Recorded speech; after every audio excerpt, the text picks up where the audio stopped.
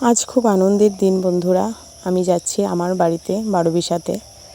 আর আমি আর আমার ছেলে এই যে রেডি হয়ে আমরা বাসে উঠে গেছি। বাস ছেড়েও দিয়েছে। এই যে ফালাকাটা হাই স্কুল পার হয়ে যাচ্ছি আমি আর আমার ছেলে বিশেষ একটা দরকারে। আর আমার বর আসতে পারেনি, ও কাজে খুব ব্যস্ত। বলেছে আমি ফ্রি হলেই চলে আসব, তুমি যাও। তো আমি চলে এসেছি, ও চলে আসবে দুদিন পর, বড় আসবে। তো এই তো ফালাকাটা চৌপতি পার হচ্ছি।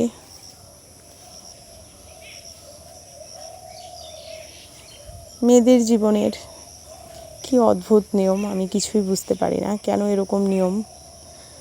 যে বাবা মা ছোট থেকে বড় করে, পড়াশোনা করায়, এত কষ্ট করে মানুষ করে, বিয়ের পর সেই বাবা মার প্রতি তাদের সন্তান হিসেবে যতটুকু দায়িত্ব পালন করার কথা, তার অর্ধেকও পালন করতে পারি না।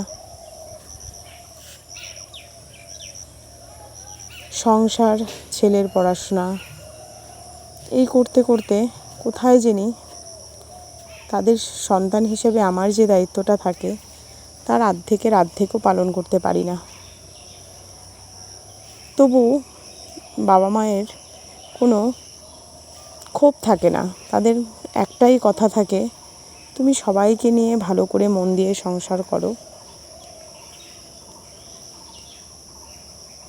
সময় পেলে আমাদেরকে দেখতে এসো, আমাদের সঙ্গে দেখা করতে এসো, তুমি সবাইকে নিয়ে ভালো থাকো, সবাইকে নিয়ে মন দিয়ে সংসার করো। এই হচ্ছে আমার বাবা মায়ের কথা।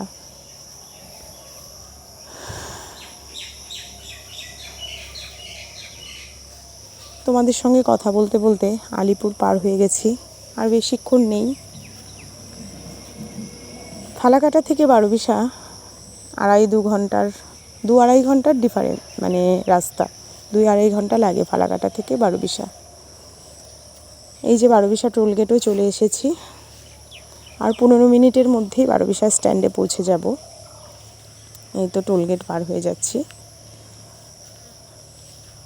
এই যে দেখো রায়ডাক নদী পার হয়ে যাচ্ছি। আজ প্রচণ্ড গরম, ভীষণ ক্লান্ত লাগছে, তবু মনে এক আলাদা শান্তি যে বাড়ি যাচ্ছি, অনেক মাস পরে মাকে দেখব।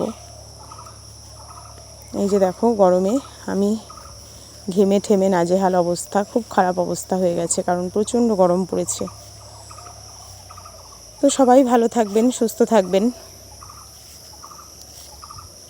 এই যে আমি বাস থেকে নেমে গেলাম, টোটোও নিয়ে নিয়েছি, আর 5 মিনিটের মধ্যে বাড়িতে পৌঁছে যাব।